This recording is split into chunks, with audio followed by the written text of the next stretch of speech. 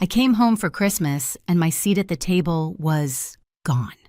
Not moved gone. The lemon pie I baked still steamed in my hands when I saw 6 plates gleaming under the chandelier, one of them sitting where mine used to be. Mom smiled like nothing was off. "It's just immediate family this year," she said, sliding a plate in front of my sister's fiancé. The room went quiet in my head like snow swallowing sound. I set the pie down, smiled back, and thought, if family is about belonging, then what happens when they quietly vote you out? Mom always said Christmas was about tradition. The garland on the banister, the same chip snowman mugs, the music station that played Bing Crosby on repeat, it was all there. Everything looked right. That's what made it worse.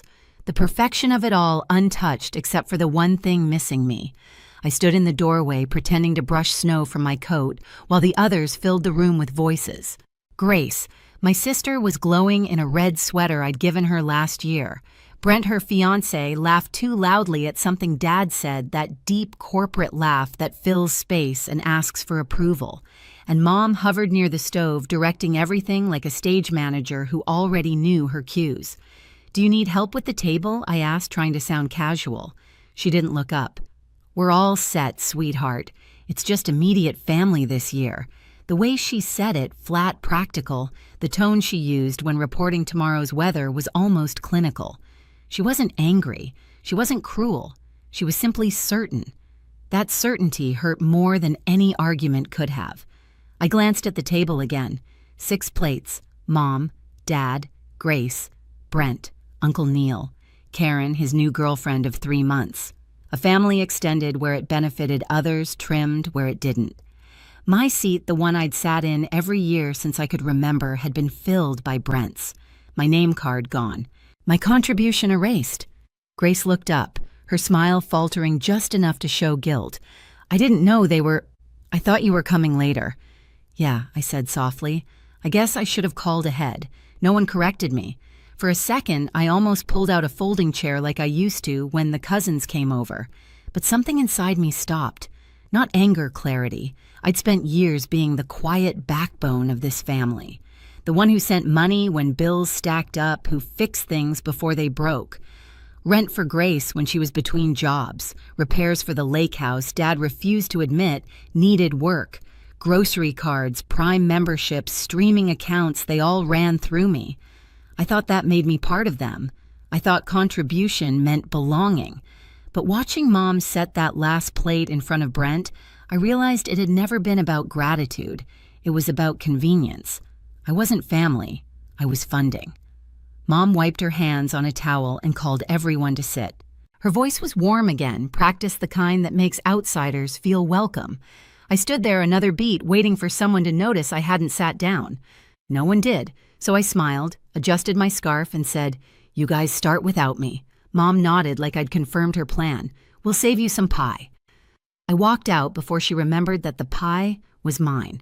The cold hit harder than I expected.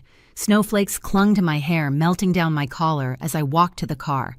Behind me, the house glowed like a postcard, warm, perfect, and completely false. Through the frosted window, I could see Grace lift her glass, Brent saying something that made everyone laugh. My mother smiled. From the outside, it looked like a scene worth framing. Inside, it was the quietest betrayal I'd ever witnessed. I sat behind the wheel, the pie on the passenger seat, and watched my breath fog the air. I told myself to drive, but my hands stayed still. The radio was still on from the trip, Bing Crosby humming "I'll Be Home for Christmas." The irony almost made me laugh. Almost. I thought about the last few years, about how every problem in that house somehow ended up on my screen.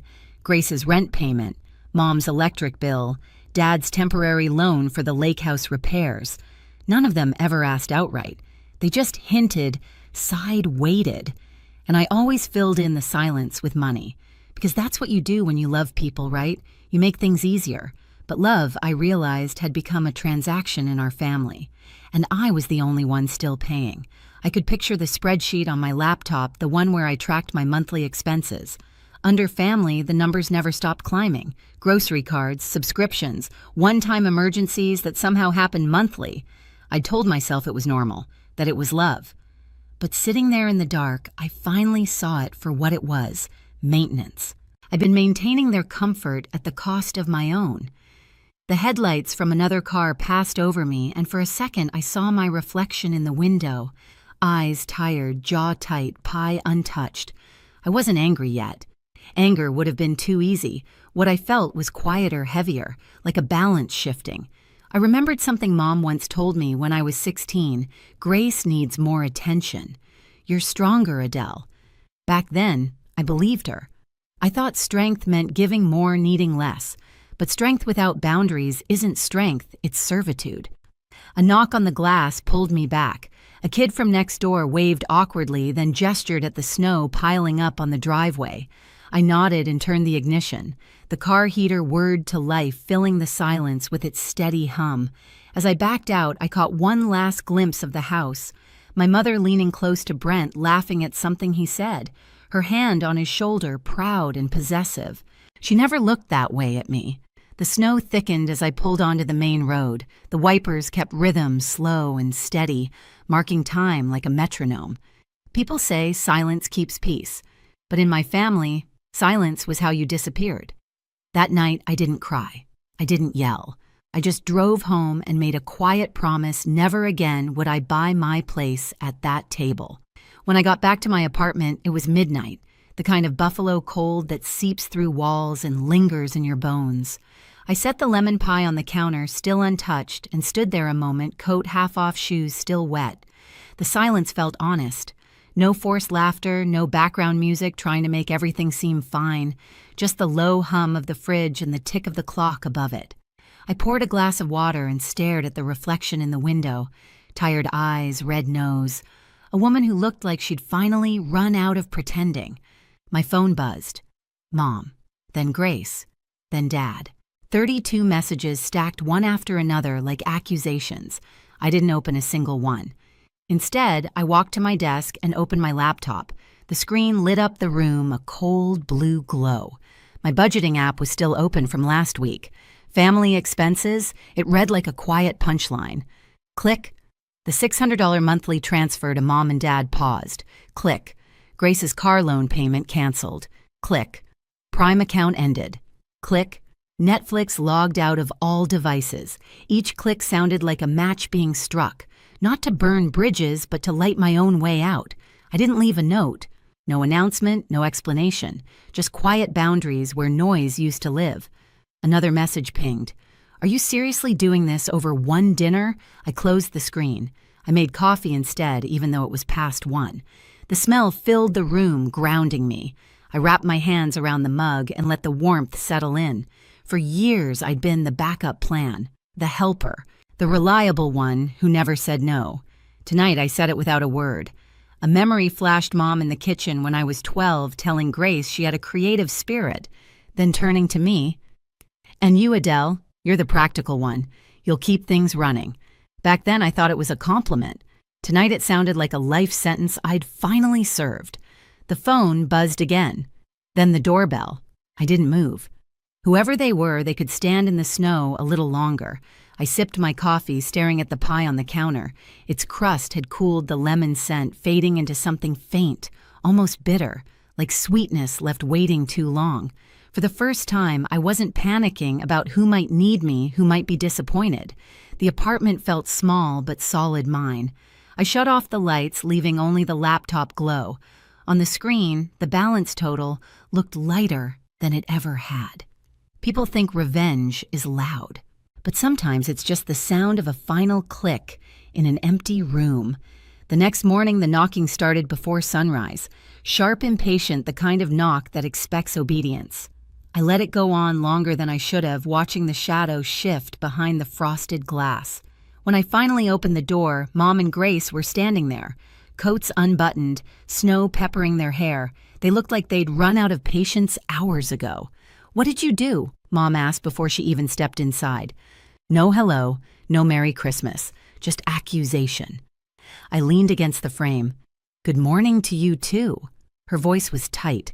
"Why didn't the money go through? My grocery card got declined. Grace can't make her car payment. You canceled Prime. You're being cruel." I studied her face, the same face that used to check my forehead for fevers, now flushed with outrage instead of worry. Cruel, I said quietly. For paying for myself instead of everyone else. You weren't uninvited, she snapped. It was just a smaller dinner. With a plate for Brent, I said. He's part of Grace's future, she replied, folding her arms. We didn't think you'd make a big deal out of it. Then she said it the line that cut deeper than anything that came before. You have no husband, no kids, and you make good money. It's your responsibility to support this family while Grace is starting her life. Grace didn't contradict her. She just looked down, her cheeks red. Something in me clicked into place, quiet, irreversible. For years, I'd been trying to fit into a role they'd already rewritten. They hadn't forgotten my chair. They'd reassigned it. I'm done, I said. Mom blinked, thrown off by how calm it sounded. You're choosing a fight. I'm choosing a boundary, I said. If you hear it as a fight, that's on you. Her mouth twisted. Don't twist this into something noble, Adele. You're abandoning your family. No, I said softly. I'm just refusing to keep funding one. The silence after that stretched long enough for the snow to start melting on their coats. Grace tried, voice shaking. Don't make this ugly. It already is, I said. I just stopped pretending it's not. Mom sighed, switching tactics. You'll regret this. One day you'll need us. If that day comes, I said, stepping back, I hope you answer the door. They left without another word, footsteps crunching down the hall. The air felt lighter when it shut behind them. For the next few days, my phone became a battlefield. Dozens of texts, some pleading, some furious, some guilt wrapped in concern. I muted the group chat, turned off notifications. The quiet was addictive. Then, on January 3rd, a message appeared from a number I didn't expect. Brent Callahan. No greeting, no preamble, just a single sentence and an attachment. I don't know if I should send this, but you deserve to hear it. It was an audio file. At first, all I heard was background noise, forks, clinking Christmas music, the scrape of chairs, then voices. Uncle Neil. So how's the martyr doing? Mom laughing, probably sulking like we ruined her wedding day. Grace. She'll get over it. She always does. Dad's voice lower. At least now we can have a holiday without one of her lectures. Karen. She always tries too hard. The gifts, the clothes, it's exhausting. Laughter followed. Then, Brent's voice uncertain. You know she can probably hear all of this through the door. The room went silent on the recording like guilt had briefly found oxygen. When it ended, I just sat there, phone in my hand, coffee cooling beside me. I didn't cry. I didn't scream. The hurt was colder than that clean surgical. A second message from Brent came through. I'm sorry. I didn't know they talked about you like that. I told Grace it was messed up. She got angry. I moved into the house after New Year's, but it's bad. I stared at his words. The irony of the man who'd taken my seat being the only one honest enough to send me the truth wasn't lost on me. For days I tried not to replay that recording. I failed. Every laugh, every cutting word etched itself deeper. But anger, when it stays too long, cools into clarity. So when the next knock came a week later, softer this time, I was ready. Mom again, Grace behind her dark circles under her eyes. The kitchen caught fire, Mom said, voice trembling. It's bad. We need help until insurance clears. I didn't move from the doorway. Is everyone okay? Yes, she said quickly. We just need a little help to get through the month. There it was again. Not thank you. Not we're safe. Just the ask. Always the ask. I reached into my coat pocket and pulled out an envelope.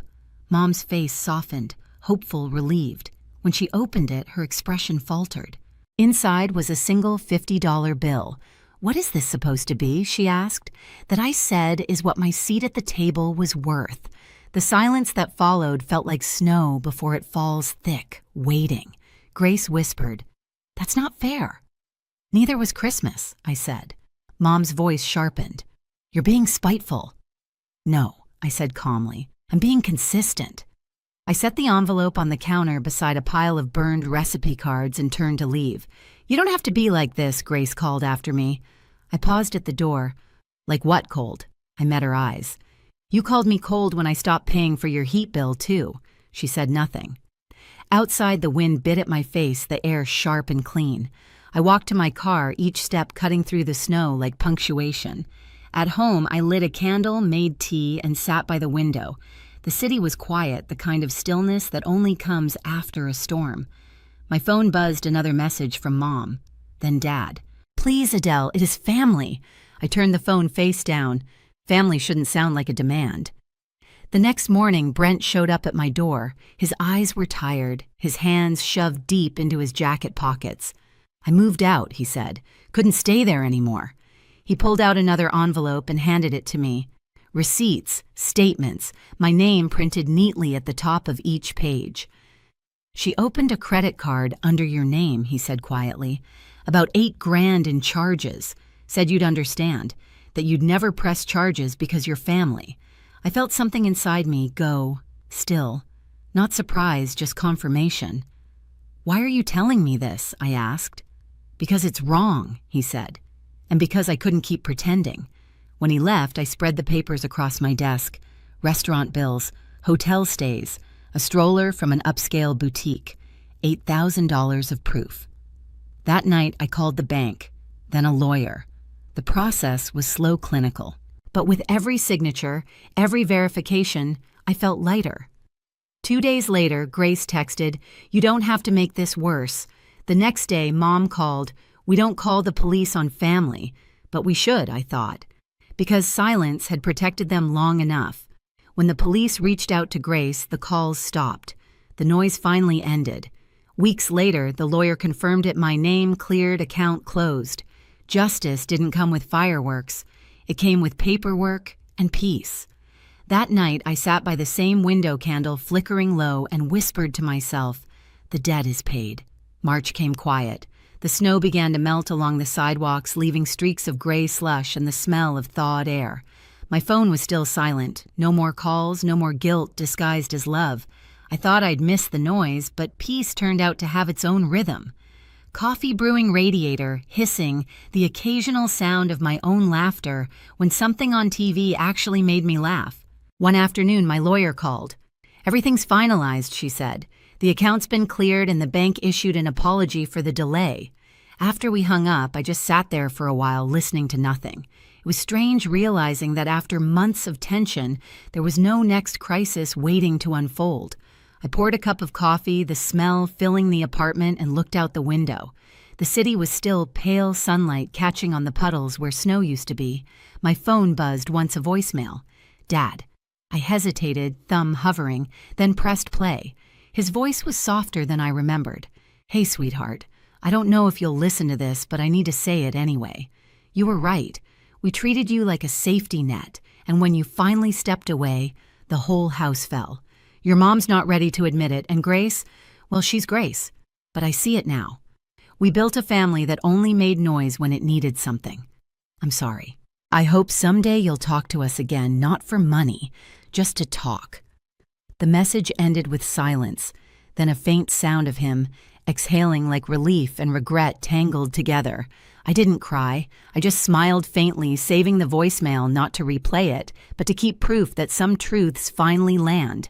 Then I opened my notebook, the one where I'd written every dollar, every favor, every line of quiet generosity, and added one last entry: "The debt is paid." When I closed the cover, the sound felt final, like the click of a lock. Outside, the snow was gone. That evening, I washed the pie dish that had sat untouched since Christmas and slid it back into the cupboard. The kitchen smelled faintly of lemon and coffee, the way peace sometimes smells when it finally has room to breathe. I sat by the window with a mug of tea, watching the last patches of snow dissolve into the streetlights. For years, I thought family meant endurance. Now I know it means choice. I came home for Christmas once, but I found something better than a seat at their table, my own peace. If you've ever been left standing where your chair should have been, tell me in the comments. You're not alone. And don't forget to subscribe for the next story. When I raised my glass that night, I wasn't celebrating. I was surviving. Everyone in the room had gone silent, frozen mid-laughter, mid-drink, mid-breath. And there I was, staring at the man I loved, as he shouted, "Yes, Dylan and I slept together. He's better now. Get out." For a second, I didn't even feel the floor beneath me, just this weightless, dizzy quiet. Then I lifted my glass, looked him dead in the eyes, and said softly, "To honesty." The wine burned on my tongue. The room blurred. I turned and I walked out. But let me go back to where it started before the noise, before the audience, before everything cracked. My name is Nancy Scholes. I'm 28, and I'm an architect. The kind who stays late at the office obsessing over clean lines and quiet symmetry. I like things that make sense. Spaces, blueprints, even emotions if they'd let me. Jack Bearfield was the opposite of all that. He was motion laughter light, a PR manager who could charm anyone into believing anything, including me. When we met, it felt like color flooding into a grayscale life. He was magnetic, always talking, always connecting, always being seen. I wasn't used to people like that, but Jack made me feel visible too. He used to say, "You steady me, Nancy. You make the noise stop." I believed him. For the first year, it worked. We built a rhythm, his chaos orbiting my calm. But somewhere in between the client dinners, the rooftop cocktails, and the networking events, I started feeling like background music in his story. He'd come home late smelling like cologne and champagne, telling stories about his team, especially Dylan. "He's hilarious," Jack would say, laughing as he texted back under the table. "Just office banter." I told myself not to be that girlfriend, the paranoid one. I smiled, nodded, said I trusted him. But trust, I've learned, isn't silence. It's a choice you have to keep remaking, and I was starting to hesitate. One night, he came home glowing. "You'll never believe it," he said, flopping on the couch. Dylan jokingly proposed during our pitch today. He laughed, expecting me to laugh too. I did, but inside something twisted. It wasn't the joke, it was the tone. The way he blushed, not embarrassment, but pride. Then came the comparisons. Mark took his girlfriend to Paris for the weekend he'd tease. "You could be a bit more spontaneous, Nancy." I smiled and said, "I'm not competing with your coworkers." He rolled his eyes. "You're too serious sometimes." That's the thing about emotional paper cuts, they don't bleed right away. They just sting later when it's too late to say, "That hurt." When we moved in together, I thought maybe things would settle. We found a small 2-bedroom near the river. It was the first space that truly felt like ours. We spent weekends painting walls, arguing over curtain colors, building IKEA furniture until 2 a.m. The kind of normal that makes you believe in beginnings again. Then Jack suggested a housewarming party. "Let's make it perfect," he said, stringing fairy lights across the balcony. "You'll finally meet everyone from the office." The way he said finally made it sound like an initiation. In the days leading up, our home became his stage. New outfits arrived. His phone buzzed constantly. He curated playlists, lighting menu details like our relationship depended on the right Spotify mix. I joked, "You sure this is about us and not your PR image?" He laughed. "Oh, come on. You'll thank me when everyone's impressed." That word again. Perfect. Perfect apartment. Perfect image. Perfect life. Sometimes I wondered if Jack cared about being happy or just about looking like he was. Still, I helped. I bought new glasses, cleaned every corner, played the supportive partner role. Because when you love someone, you show up even when it feels like you're setting the stage for your own invisibility. The night of the party was stunning, I'll give him that. Soft lights, golden laughter, the smell of wine and citrus candles. Jack moved through the crowd like he owned the air-charming, confident, untouchable. I stayed near the kitchen, refilling drinks, catching fragments of conversations about campaigns and clients. Then he arrived, Dylan. I recognized him instantly from photos, all confidence and smirk, the kind of man who mistakes arrogance for charisma. Jack's voice brightened when he saw him. "Nancy, this is Dylan. Finally you two meet." I shook his hand. His grip was firm, rehearsed. "I've heard about you," I said. "Likewise," he replied, smiling just enough to make it sting. "He talks about you all the time." Jack laughed that nervous laugh people do when truth brushes too close. I saw one of Jack's friends exchange a look, the kind people give when they sense a crack forming but don't want to get involved. The rest of the night played out like a slow unraveling. Dylan followed Jack everywhere. Their whispers were too quiet, their laughter too synchronized. Every time I passed Jack would switch tones, plaster on that host smile, and ask if I was okay on drinks. At one point I pulled him aside near the balcony. "You're being a little obvious," I said quietly. He blinked, that defensive flicker lighting up his eyes. "What's that supposed to mean?" "You know exactly what it means." "Oh, come on," he scoffed. "We're just having fun." "Jack, you're flirting with him in front of everyone." He smirked. Maybe if you weren't standing in the corner all night, I wouldn't have to. That line hit harder than I expected. I didn't respond, just stepped back and let him walk away, his laughter echoing like applause in a play I hadn't agreed to join. I told myself not to ruin his night.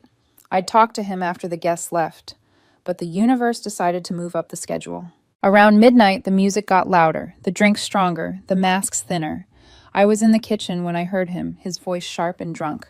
I walked out, and suddenly all eyes were on me. "You know what your problem is, Nancy," Jack said, standing by the couch, face flushed. "You make everything so boring. You drain the room."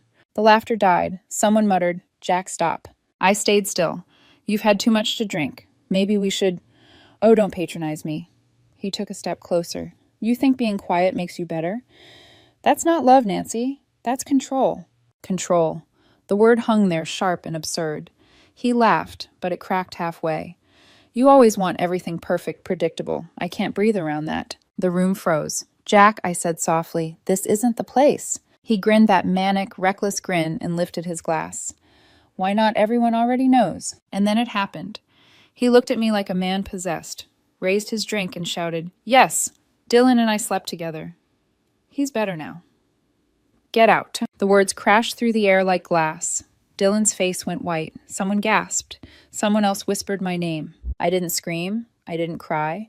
I picked up my wine, raised it slightly, and whispered, "To honesty."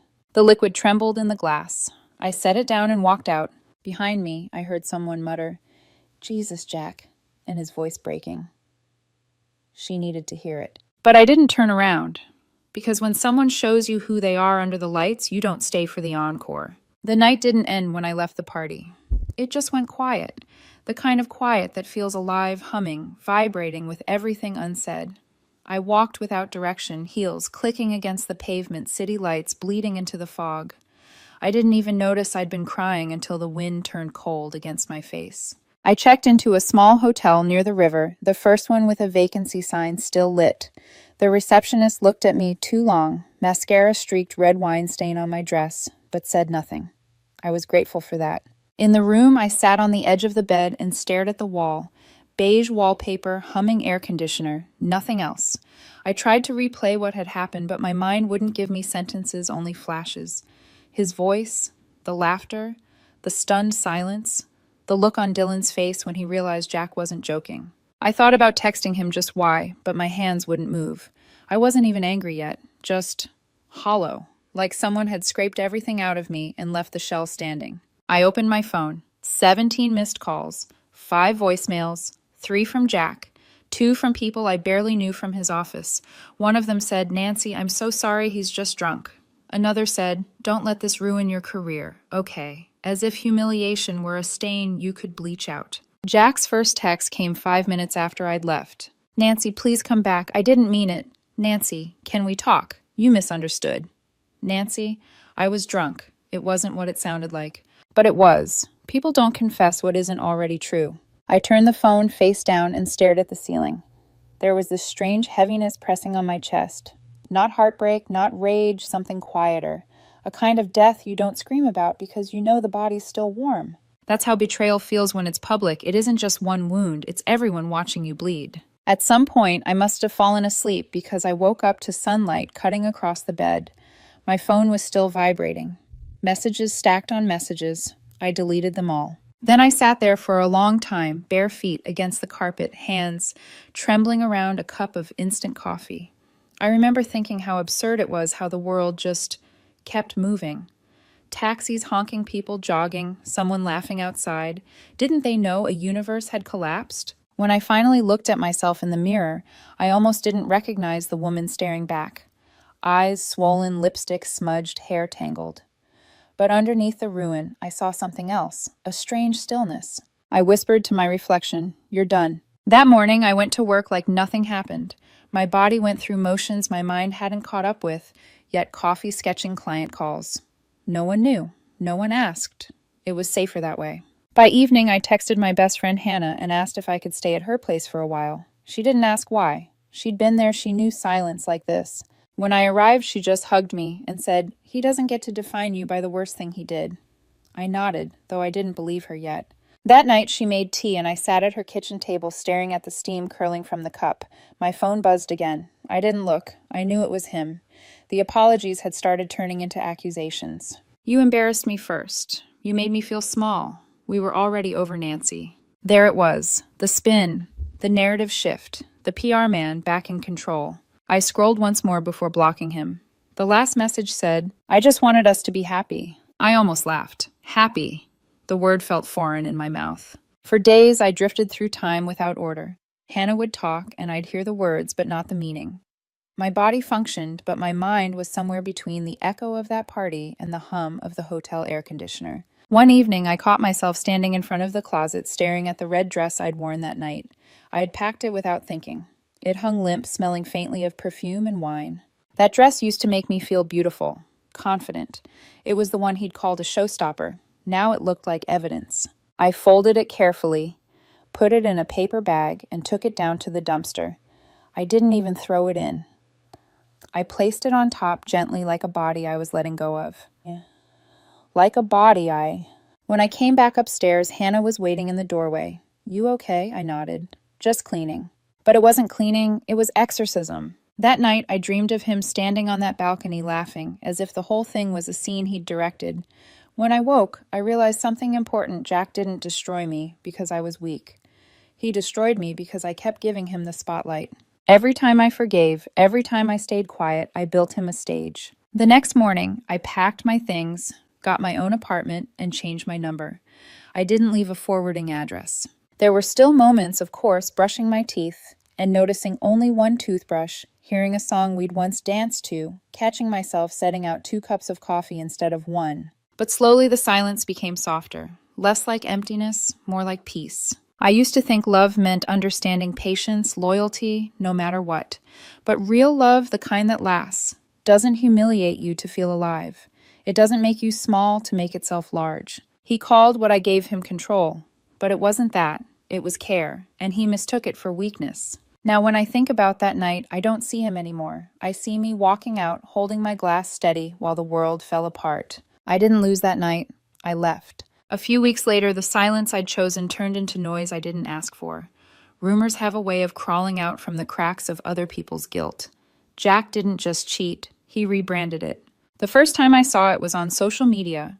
One of his coworkers had posted a picture from that night.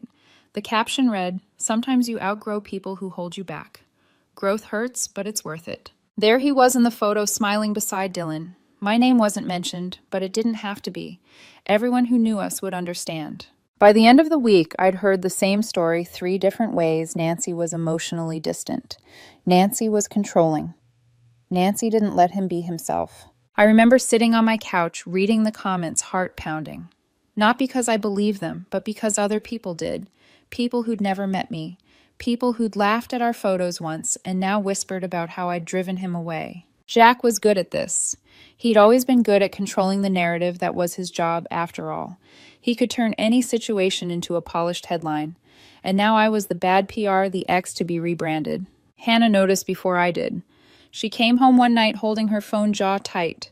"He's posting about healing," she said, "about finding peace after a toxic relationship." "Let him," I said quietly. "It's all he knows how to do, sell an image." Still, she said, "It's cruel." Cruel didn't even cover it.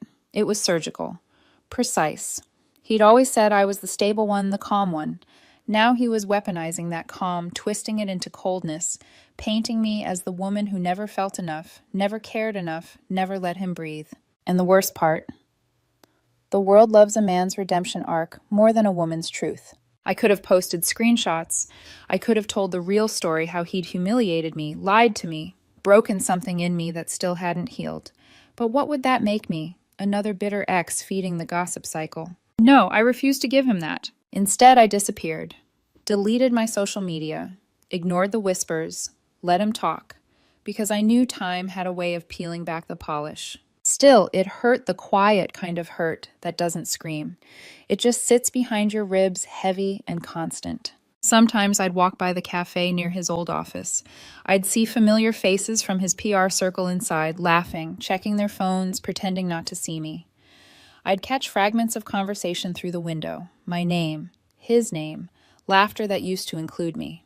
Once I heard someone say, she was always kind of uptight.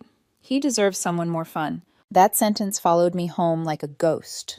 I poured a glass of wine, sat by the window, and whispered it out loud, uptight. The word felt smaller than me, like they'd shrunk my entire being into one adjective. Hannah found me like that later, staring out into the city. "Why do you read that stuff?" she asked gently. "I don't know," I said. "It's like touching a bruise. You know it'll hurt, but you do it anyway just to make sure you're still alive." She sat beside me in silence. We watched the streetlights blink on one by one.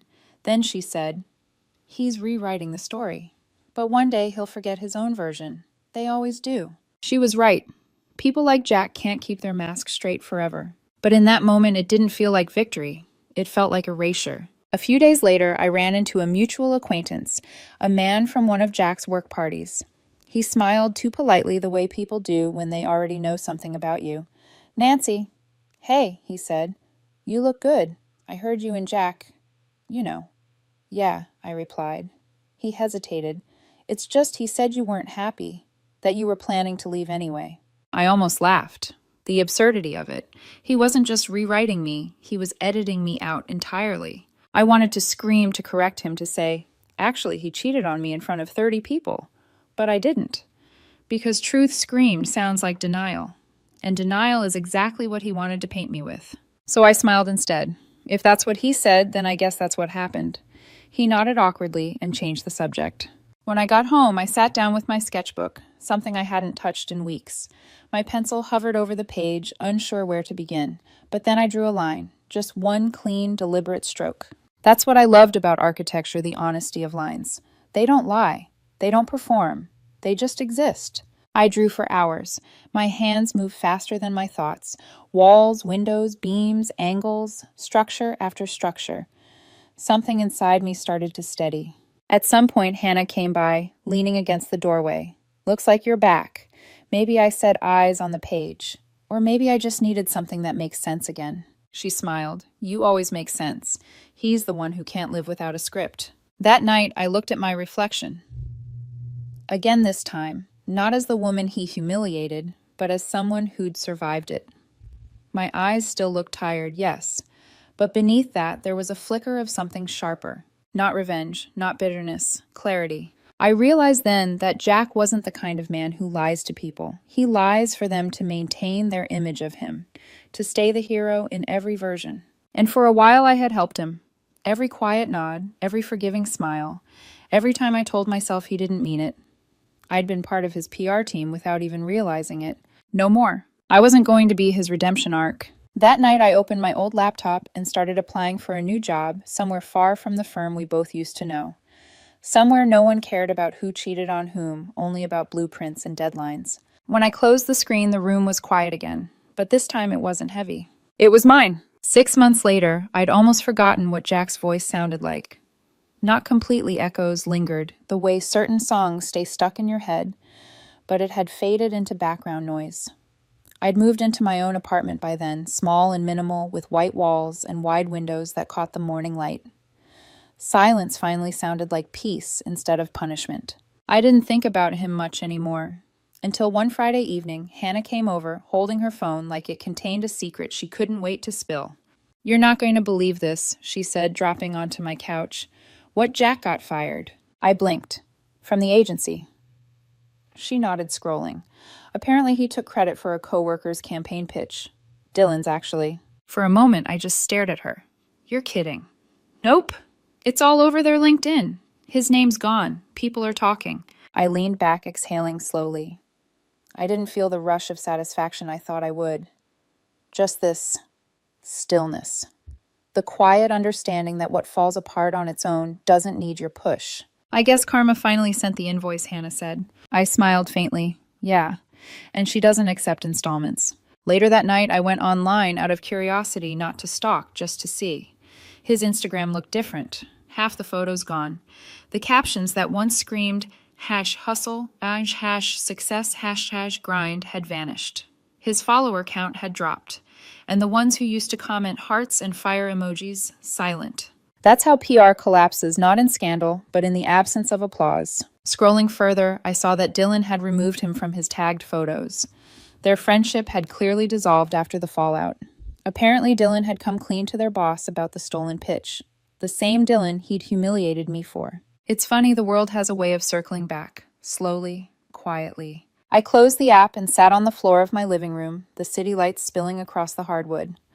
My reflection in the window looked calm, not triumphant, not vengeful, just free. I poured a glass of wine, took a sip, and whispered, "To erosion," because that's what karma really is. Not an explosion, not fire raining from the sky, but erosion, a slow wearing down of what's built on lies until there's nothing left to stand on. That weekend, I met an old colleague for coffee. She'd heard the rumors, too. He always had a way of stepping on people, she said. I'm not surprised. Neither am I replied.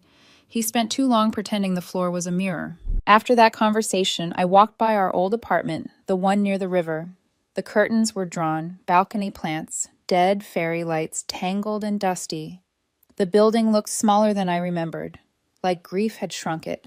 I didn't stop, I just kept walking. That night, I finally unpacked the last box I'd avoided since moving in.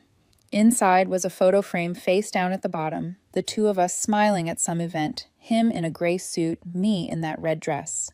The image looked like two strangers posing as lovers. I slid the photo out, tore it once, and dropped it in the bin. No rage, no tears, just the soft rip of paper and the release of what no longer needed to exist. Hannah texted me later. "Feels good, doesn't it?" I replied. "It doesn't feel at all. And maybe that's the good part. Because there's a kind of peace that comes not from forgiveness, but from indifference when someone's story no longer needs an ending in yours." A week later, I got an email from my firm offering a position on a new project, a modern community library in the countryside. It wasn't glamorous, but it was mine. A chance to build something from the ground up where structure meant stability, not performance. The first day on site, I stood among the raw, concrete walls, the smell of rain in the air, and thought, this is what real rebuilding looks like.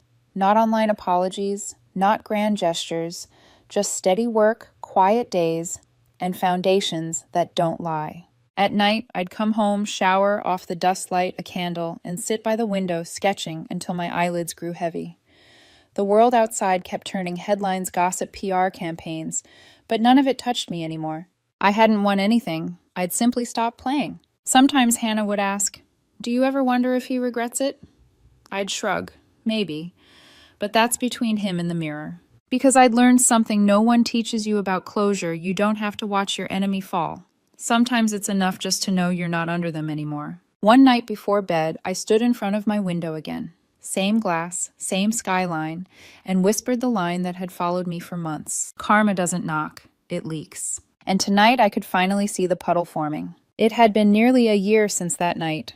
Long enough that people stopped asking, stopped whispering, stopped remembering. But on a random Thursday afternoon, while I was finalizing drawings for the library project, an old name appeared in my inbox. From Jack Bearfield. Subject, can we please talk? For a long time, I just stared at it. The words didn't even sting. They just looked strange out of place, like a ghost trying to send mail. I clicked it open. Nancy, I know I don't deserve your time, but I've been thinking about you lately, about everything. What I said that night was cruel. I was trying to hurt you because I hated how small I felt. You were always good to me, and I took advantage of that. I've been in therapy. I'm learning about my patterns, my ego, how I destroy the things I love. You didn't deserve that. I hope you're doing well. I just needed to tell you I'm sorry, truly. I read it once, then again, then a third time slower. It wasn't the words that caught me, it was the tone. He still wrote like a man addressing an audience, like the apology was a press release. The structure was perfect, the self-awareness neatly packaged. I almost smiled. He'd learned the language of remorse, not the feeling of it. But what surprised me wasn't the apology. It was how little space it took up inside me. A year ago, that message would have cracked me open. Now it just landed and sank without a ripple. I closed the laptop and leaned back in my chair. The library sketches were spread across the desk. Clean lines, open light foundations that made sense. That was the difference between then and now. My world finally had structure again. Still, I couldn't help replaying a few fragments, his laughter that night, his face when he realized what he'd said. For so long, those memories had been knives. Now they were just echoes, dull and far away. I opened my journal and wrote without thinking, "Closure isn't a conversation. It's a choice you stop needing to make." I sat with that for a while, watching the ink dry. That evening, Hannah stopped by with takeout. I told her about the email. She raised an eyebrow. "You're not actually going to reply, are you?" "Good. He doesn't get to narrate your piece. I just didn't expect to feel nothing." "That's not nothing," she said. "That's healing." We ate in silence for a bit, the clinking of chopsticks filling the room. Then she asked, "Do you ever miss him?" I thought about it, really thought. The way he used to talk with his hands, the way he'd hum while shaving. The nights we'd stay up planning futures that now felt imaginary. "I miss the person I thought he was," I said finally. "But not the person he turned out to be." Hannah nodded. "That's fair. You can grieve a ghost without wanting it back." Later that night, after she left, I sat by the window again. The city outside shimmered with quiet life couples, walking buses, passing a faint siren in the distance. Normal things, beautiful in their ordinariness. I opened my laptop again and hovered over the reply button. My fingers rested on the keys. For a second, I imagined what I could say. "Thank you. I forgive you. I hope you find peace." But none of it felt right, because forgiveness wasn't about him anymore. It was about the space he no longer occupied. Instead, I closed the email, archived it, and opened my sketches again. A new concept had been forming in my mind all week, a reading atrium open to sunlight where people could sit in silence surrounded by stories. I smiled at the irony. As I traced the lines, I realized something simple but profound. Silence wasn't emptiness. It was design. It was intentional. It meant choosing what stayed and what didn't. That night, I poured a small glass of wine and stepped onto the balcony. The air smelled like rain. I raised the glass, just like I had the night everything fell apart, but this time the toast wasn't bitter. To lessons I whispered, and to never repeating them. A part of me knew he'd probably wait for a reply. Maybe he'd check his inbox every day for a while. Maybe he'd tell himself he'd done the right thing, said the right words, earned forgiveness. But none of that had anything to do with me. He could perform his redemption for someone else. My silence wasn't rejection. It was reclamation. The stars blinked faintly above the skyline, scattered but steady. I took another sip, breathing in the stillness. For the first time since that night, I didn't feel like a victim or a survivor. I just felt like myself. A few months later, life found its rhythm again, steady, deliberate, quiet. The library project was nearing completion.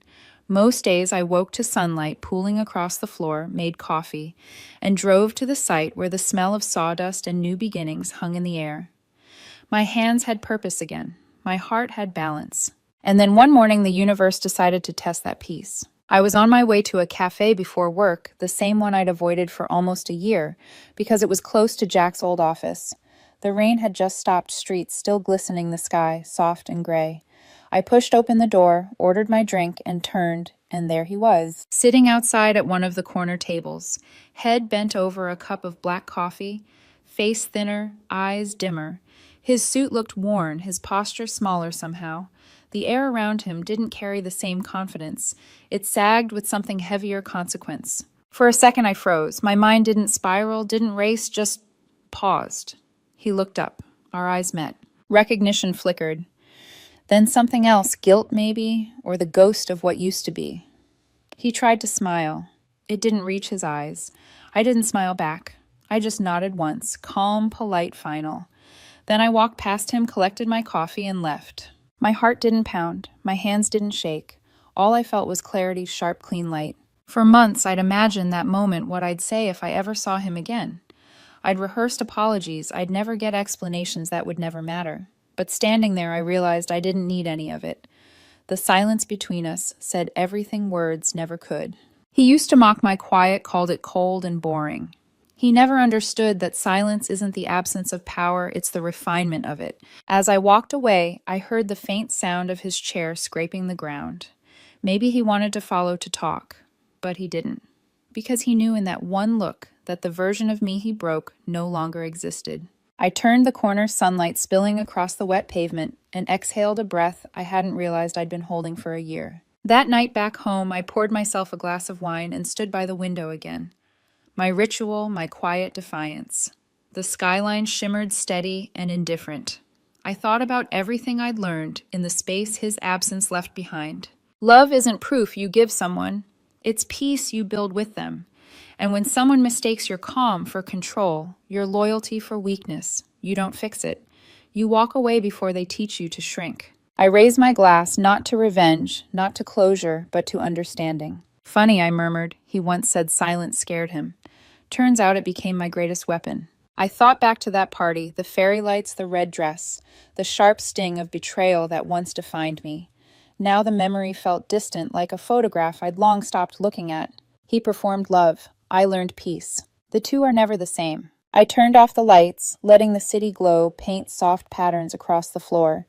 Tomorrow I'd be back at the construction site, sleeves rolled up, blueprints in hand, building something solid, something real. Not perfect, just honest. And for the first time since that night, I felt weightless. Because letting go wasn't losing. It was winning quietly. My name is Carolyn Hayes, and I'm 32 years old.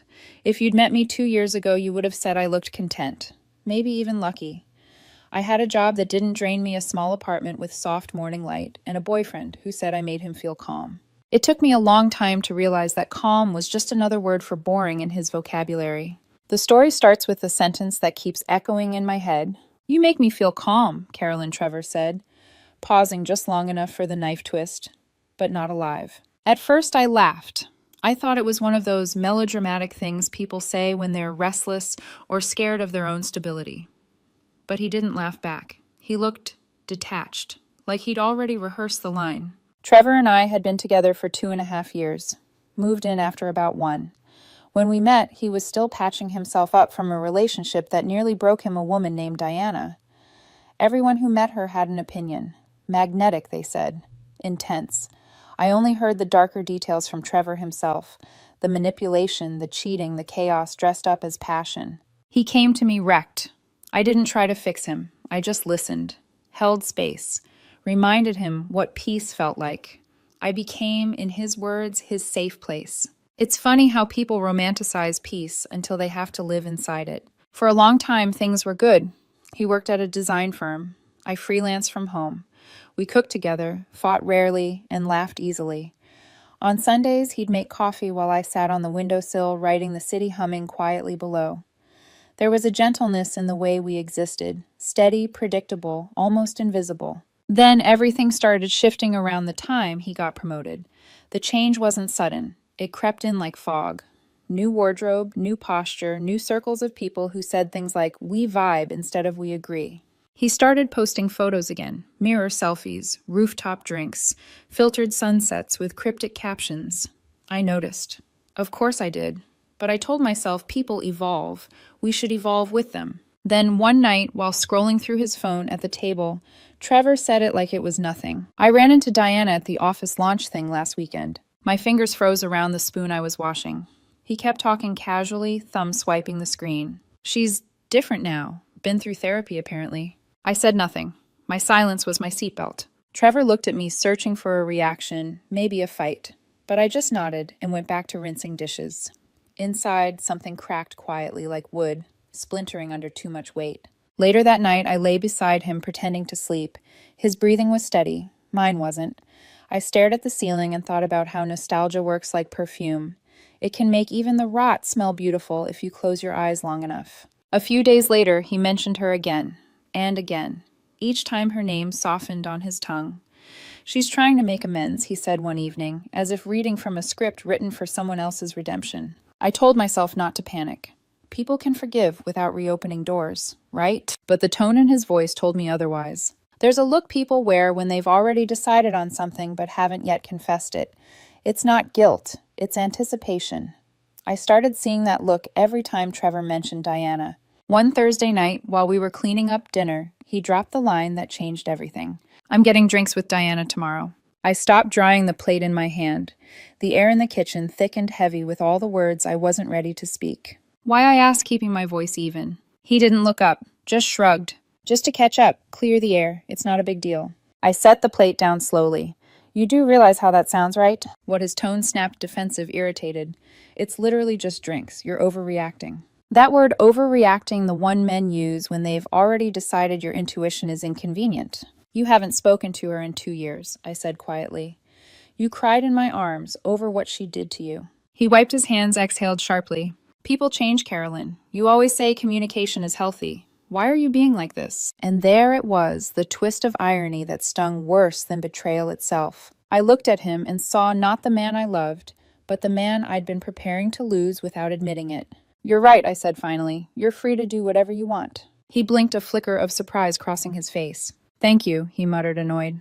"I don't need permission." "No," I replied softly, "but now you won't need forgiveness either." He hesitated just for a moment, then rolled his eyes and left the room. That night I sat alone on the couch long after the lights went out. The city outside kept moving, horns, footsteps, laughter, but inside everything went still. I thought about the first time he told me he loved me. It was raining, and we were stuck under a cafe awning, sharing one umbrella and one heartbeat. He said he'd never met someone who made him feel safe. I used to believe that meant forever. Now I knew it just meant until he got bored. As I closed my eyes, the words replayed in my head like a curse he'd already forgotten. He said, "You make me feel calm, but not alive." I whispered into the darkness, half to myself, half to the version of him I still wanted to believe in. People don't relapse into love. They relapse into illusion. And I knew even before he left for that drink that something sacred in us had already ended. Trevor didn't come home the next night until after midnight. The apartment door creaked open like it didn't recognize him anymore. He smelled of whiskey and that same floral musk I once found in a jacket he threw away, the one Diana used to wear when they were still together. He dropped his keys in the bowl, took off his shoes, and said, "Relax, I'm home." Like being physically present, canceled out emotional absence. I didn't answer, not because I was trying to punish him, because I didn't trust my own voice not to break. The next morning, sunlight spilled across the kitchen, cruelly bright. Trevor moved around the counter, making coffee, humming a tune that didn't belong to our world anymore. He didn't mention the drink. I didn't ask. The silence between us stretched like glass, thin, fragile, transparent enough to see the end through it. But endings, I've learned, never announce themselves. They leak quietly through repetition. He started texting more, laughing at messages I wasn't part of. I caught his reflection, smiling at his phone more times than I could count. When I walked by, the screen would go dark. Every time it happened, I felt myself shrink a little smaller, trying to fit into a space that was already being emptied. One evening, while I was slicing vegetables for dinner, I caught him taking a mirror selfie in our bedroom, something he hadn't done in years. His shirt was unbuttoned, one too many buttons, his expression practiced. He noticed me in the doorway and laughed. "It's just for work," he said, but his eyes didn't match the joke. By the time we sat down to eat, the air was so heavy that the sound of cutlery felt like thunder. "I saw your post," I said, casually forcing a smile. "Nice photo." He grinned. "Yeah, Diana said I look older in a good way." The fork slipped from my fingers. I didn't ask why she was saying anything to him again. I didn't want to hear the answer I already knew. That night I dreamt of water, thick rising, pulling me under. When I woke, the pillow was damp, my chest tight. Grief doesn't need a body count to feel like drowning. A week later, the inevitable conversation arrived. It was a Thursday. The smell of stir-fry filled the kitchen. I was drying a plate when he cleared his throat. "So, I'm getting drinks with Diana again tomorrow." It wasn't even a confession, just a casual scheduling note like saying I'll be home late. I put the plate down slowly. "Why?" He didn't look up. "She wants closure. It's not a big deal." My throat tightened. "Trevor, you cried for months after her. You said she broke you." He scoffed. "People change. And not everything has to mean something dramatic. You always think the worst." "No," I said quietly. "I just remember." That's when he turned, defensive voice rising. "You're suffocating me with this constant suspicion. You want me to be honest, right? I'm telling you. I'm meeting her, and somehow that's wrong too." I wanted to scream that honesty doesn't count if you've already decided to lie to yourself, but all I said was, "You're free to do whatever you need, Trevor." He stared at me for a long second, like trying to decode whether it was a trap. "You're unbelievable," he muttered. "You always act like you're above emotions." I smiled faintly. Someone has to be. He slammed the cabinet shut and stormed out. The next day, he didn't text once. By 10 p.m., I stopped checking my phone. By midnight, I stopped pretending I wasn't waiting for the sound of the key turning in the lock. When he finally returned, I caught the faintest trace of expensive whiskey and the floral scent again. He looked lighter, like guilt was something that evaporated on contact with pleasure. "You're still up?" he asked, startled to see me awake on the couch. I couldn't sleep. He shrugged. "Relax, Carolyn. It was just drinks." "Just drinks," I repeated, tasting the lie. He smiled, kissed the top of my head, and went to shower. I didn't move, didn't cry. I just sat there listening to the sound of running water and realized how easily intimacy becomes noise. The days after blurred together in fragments. Trevor's phone was always face down now. He'd startle when notifications buzzed. Once I caught him typing D into his messages before turning the screen away. It wasn't the secrecy that broke me, it was the indifference, the casualness of it all. I stopped asking questions. He stopped pretending to answer them. We became two people living parallel lives under one roof. He laughed at his phone. I laughed at my silence. And every night when I turned off the lamp, I stared at the ceiling and thought of Diana the ghost in our apartment, the woman who had become the third shadow in every room. One evening, I found a wine glass in the sink that wasn't mine. Lipstick smudge, dark crimson. Not my shade. I didn't ask. What was the point? The truth had already moved out. I started going to bed earlier. He started coming home later. I heard him laugh in the hallway once, low and unfamiliar, like the sound belonged to someone else entirely. The final straw wasn't loud. It wasn't a fight or a confession. It was the way he looked at me across the room one morning, calm, polite, indifferent. That look people give to strangers they might have once known in another lifetime. And in that glance, I understood I wasn't losing him. I'd already lost him, weeks ago. I remember whispering to myself as he left for work that day, "You can't compete with a ghost someone keeps resurrecting." The echo of my own voice filled the empty apartment. I stood there barefoot on the cold kitchen tiles and realized I was mourning someone who hadn't even died, just disappeared into memory. It happened on an ordinary night, the kind that fools you into thinking everything is fine because nothing looks broken yet. Trevor sat on one end of the couch, scrolling through his phone, laughing softly at something I wasn't part of. I was on the other end, pretending to watch a documentary I couldn't absorb a single frame of. When the laughter stopped, I muted the TV. "Can we talk?" I asked. He sighed, exasperated, before the conversation even began. About what now? I looked at him, not the way you look at someone you love, but the way you look at someone you finally see clearly. "I know you've been seeing her." He didn't even flinch, didn't deny it, just looked bored. "It's not like that," he said flatly. "Then what's it like?" He stared at the wall for a moment before saying, "We kissed." There it was. The words I'd known were coming, said so casually they almost sounded harmless. I exhaled slowly, not surprised. Just tired. "So what now?" He shrugged. "I don't know. Maybe we rushed into this. I mean, we're good Carolyn, but maybe not passionate." My chest went hollow. "Not passionate," I repeated. He looked at me almost defensive. "I still care about you. He hesitated. "I miss feeling alive." That line hit like a quiet explosion. He said it so earnestly, as if it were noble to destroy something stable just to chase a pulse. I nodded, forcing the air back into my lungs. "So that's it?" He rubbed his face. "You're overreacting. I just need space to figure things out." I stood up. "Then take all the space you want." "Carolyn, come on, don't make this dramatic." "I'm not being dramatic," I said softly. "I'm being done." He blinked confused, like he didn't understand what that word meant when applied to me. I packed my bag in silence.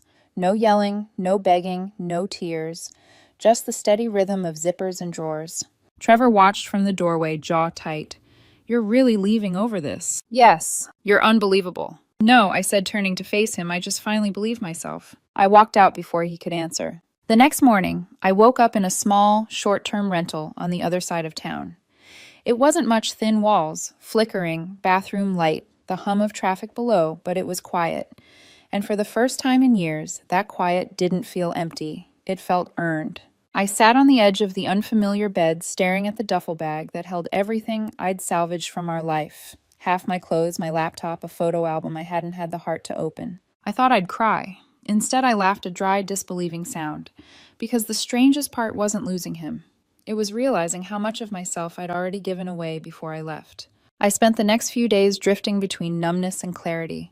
I didn't tell anyone what happened. Not my friends, not my family. I needed silence more than sympathy. People love to offer comfort when they don't know what else to do. "You're better off. He'll regret it." At least he was honest. Honest, no. Honesty isn't telling the truth after you've already lived the lie. So I said nothing. On the fifth night alone, I found myself sitting on the floor with a half-empty glass of wine, staring at the city lights through the window.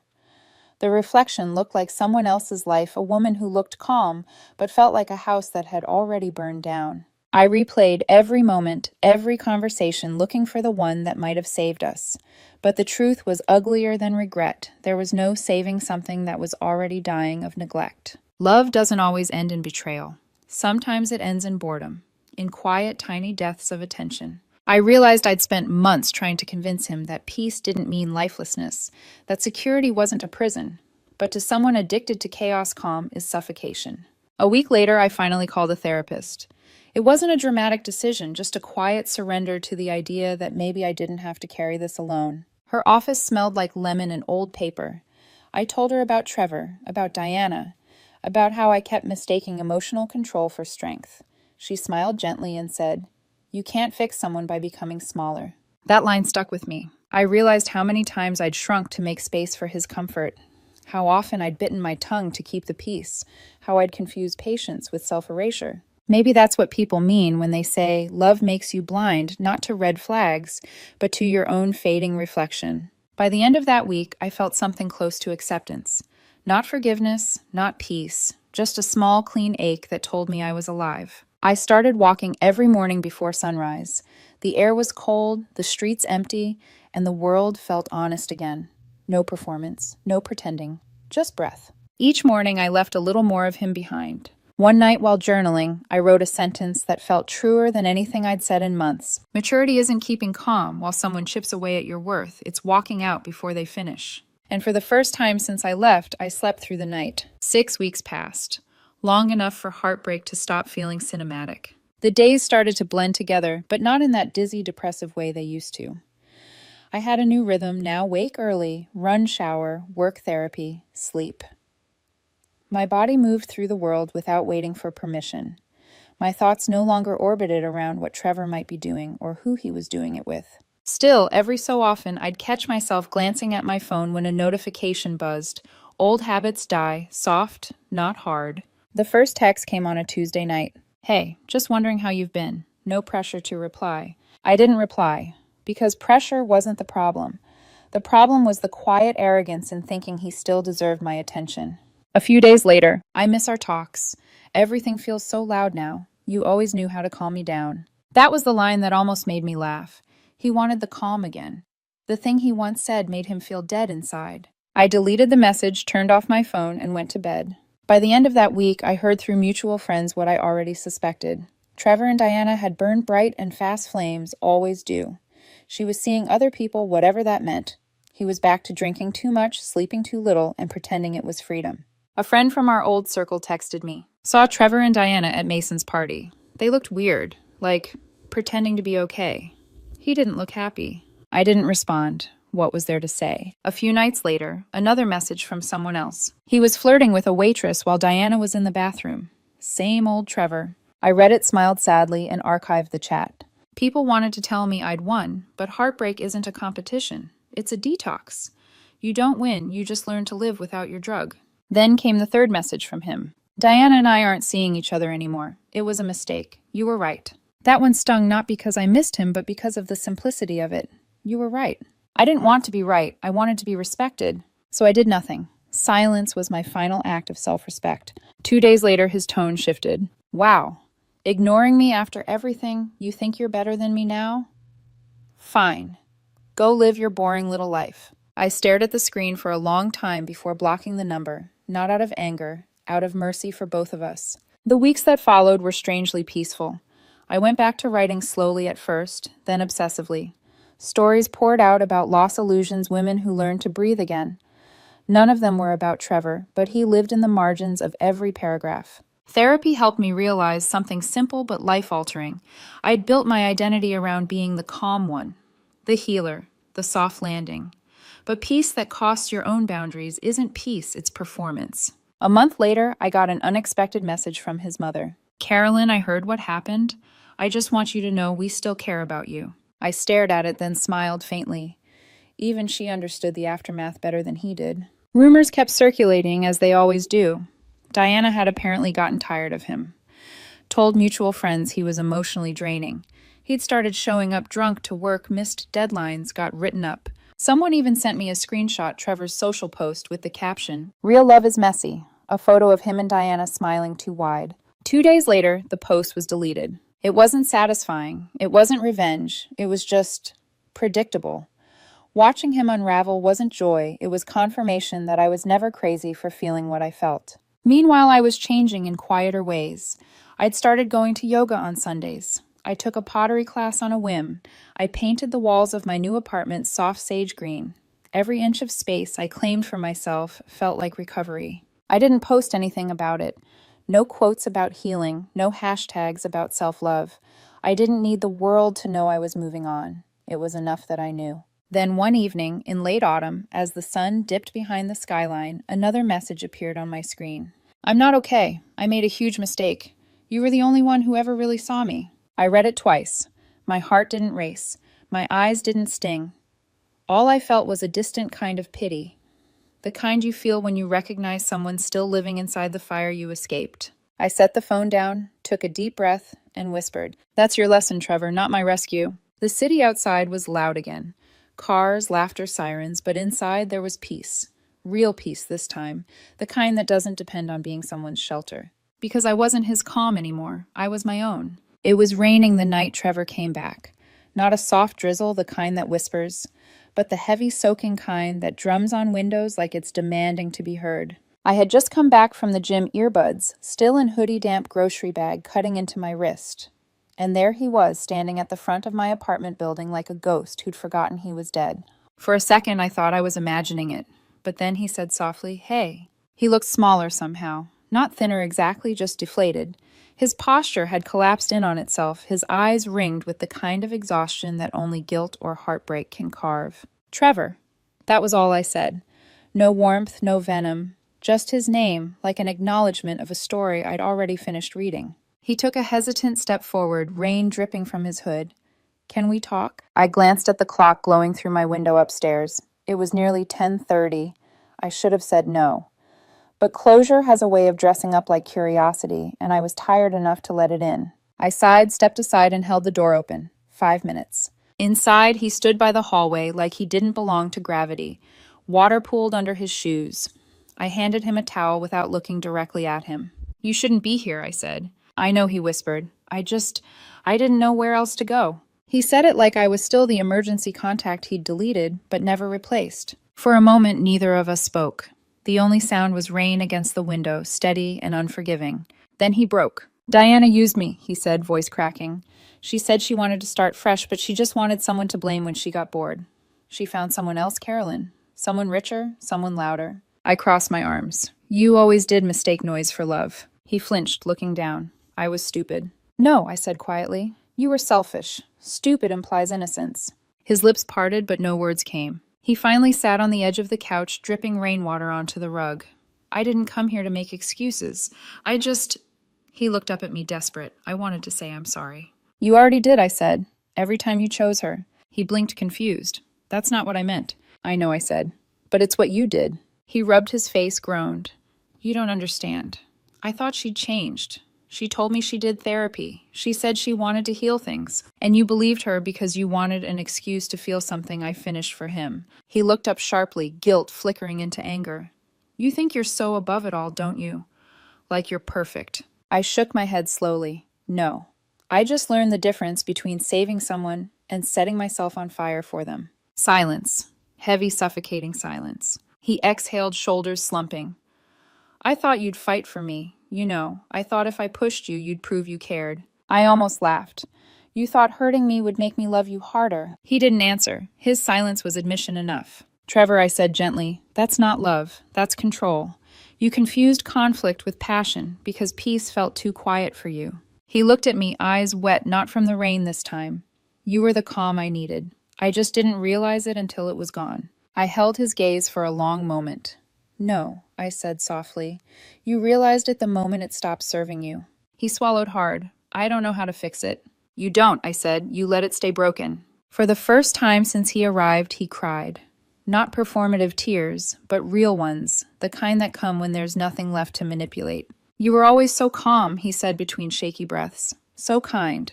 I didn't realize how rare that was." "I wasn't calm," I said. "I was careful, and I wasn't kind. I was scared that if I didn't keep the peace, you'd leave. Turns out you left anyway." He looked up at me, completely undone. I don't want this to be it." "This was it, the moment you decided my peace was your problem," I replied. He stood up slowly, the towel slipping from his hands. "So that's it. That's it." He hesitated at the door. Rain echoed faintly in the stairwell. "You really don't miss me at all?" he asked quietly. I thought about it for a moment, and then I told him the truth. I miss the version of me who believed you could love me right. His face crumpled. That's cold. No, I said, stepping closer. That's clarity. He lingered a second longer, searching for a trace of the woman who once would have begged him to stay. But she wasn't there anymore. I opened the door. You should go, Trevor. He nodded, weakly, eyes glassy. You really changed. I met his gaze steady. No, I finally stopped changing for you. He left without another word. The sound of the door clicking shut was softer than I expected, but it felt final, like a full stop at the end of a sentence that had gone on too long. I stood there for a while, staring at the door, my chest strangely light. The rain outside began to fade, replaced by the hum of the city resuming its rhythm. I whispered to the empty room, You wanted to feel alive, Trevor. Now you just feel. Then I turned off the lights, walked to my bedroom, and closed the door behind me. The silence that followed wasn't empty anymore. It was mine. 6 months later, I almost didn't recognize my own life. The apartment looked different, brighter, softer. Plants lined the windowsill, sunlight pooling in gentle gold over the wooden floor. The air smelled faintly of sandalwood and coffee. I'd stopped living in survival mode. And somewhere in the quiet, Eli happened. He wasn't a grand entrance, more like a steady tide. We met at a small gallery opening, where I'd gone alone for the first time in years. He noticed the way I lingered too long in front of a painting, a simple landscape calm, but full of movement. That one feels like exhale, he said. That was our beginning. Eli was everything Trevor wasn't. Gentle without being dull, present without being suffocating. The kind of man who listened without planning his reply. We didn't rush. We didn't need to. I wasn't looking for someone to rescue me. I just wanted someone who could stand next to me without asking me to shrink. Then came the wedding invitation. Cora, a mutual friend from the old circle, was getting married. The name on the invitation stirred something nostalgia or unease, I couldn't tell. I almost declined. You should go, Eli said. You've got nothing to prove, but you deserve to be seen. He was right. So I went. The venue was a garden lit by string lights, the kind of evening that feels suspended between seasons.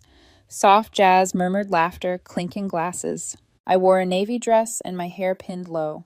Eli held my hand as we entered, and for the first time in a long time, I felt like someone who belonged in her own skin. It didn't take long to feel his eyes on me. Trevor was standing near the bar alone, a glass of champagne untouched in his hand. He looked older, not in the way time ages you, but in the way regret erodes you from the inside out. He saw me before I saw him. I felt it. That sudden stillness in the air, the vacuum of sound that happens when history tries to rewind itself. I turned, caught his gaze, and smiled politely, a stranger's smile, then looked away. But fate or irony had other plans. When Eli went to greet someone he knew, Trevor walked over. You look good, he said. His voice carried that same faint disbelief, as if the version of me standing there didn't match the one he left behind. Thank you, I said evenly. He gestured toward the crowd. Is that your boyfriend? Yes, his name's Eli. He's handsome. He is, I agreed. He nodded, eyes darting to the floor. You look happy. I am. A small, awkward laugh escaped him. It's weird seeing you like this. You used to feel so safe, like home. I didn't smile. That's what made it easy for you to leave. His breath caught. He tried to recover with a half-hearted chuckle. Guess I deserve that. I didn't say it to hurt you. He looked up. Then why does it? Because truth usually does. For a while, neither of us spoke. Around us, music played, and people laughed, but it felt like we were standing inside a glass bubble, our own little echo chamber of what used to be. Finally, he said I didn't think I'd regret it this much. I tilted my head.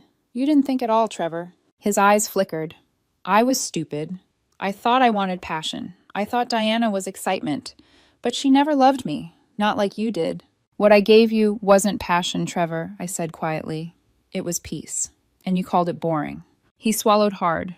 I didn't know how rare that was until it was gone. No, I said, you knew. You just didn't care. He flinched the way people do when the knife isn't new, but still sharp. I don't hate you, I added, but I don't miss you either. He searched my face, desperate for softness. Do you ever think about us? Not really, I said, not in any way that matters. That landed. His shoulders dropped. His gaze fell to the ground. You've really moved on, he whispered. I stopped waiting for you to understand me, I said. That's not moving on, it's waking up. Eli returned, just then placing a gentle hand on my arm. They're doing the first dance. Thanks, I said, turning to Trevor one last time. Goodbye, Trevor. He blinked, startled. That's it. That's all that's left. Can I at least have your number again? He asked softly. Maybe just stay in touch. No. He looked pained. Why not? Because there's no version of this where we exist in each other's lives anymore. I saw it hit him, the finality of it. Not cruel, just real. Take care of yourself, I said. And that was the end. As Eli and I walked toward the dance floor, I glanced back once, not at Trevor, but at the space he'd occupied. The air there felt empty now, not heavy like before. For a long time, I used to think closure came from answers. Now I knew it came from indifference. Trevor had been the lesson. Eli was the peace. And I was the proof that even the quietest people can rebuild from the loudest heartbreaks. When the music swelled and the lights dimmed, Eli pulled me close. "You okay?" he whispered. I smiled. More than okay. He kissed my forehead. "You seem free." "I am," I said. Finally. As we danced under the golden glow of the string lights, I caught my reflection in the glass doors, steady, calm, alive. The narrator of her own story, no longer someone else's pause between storms. And in that reflection, I understood something simple and final. Love without respect is just noise. Silence, when chosen, is kindness.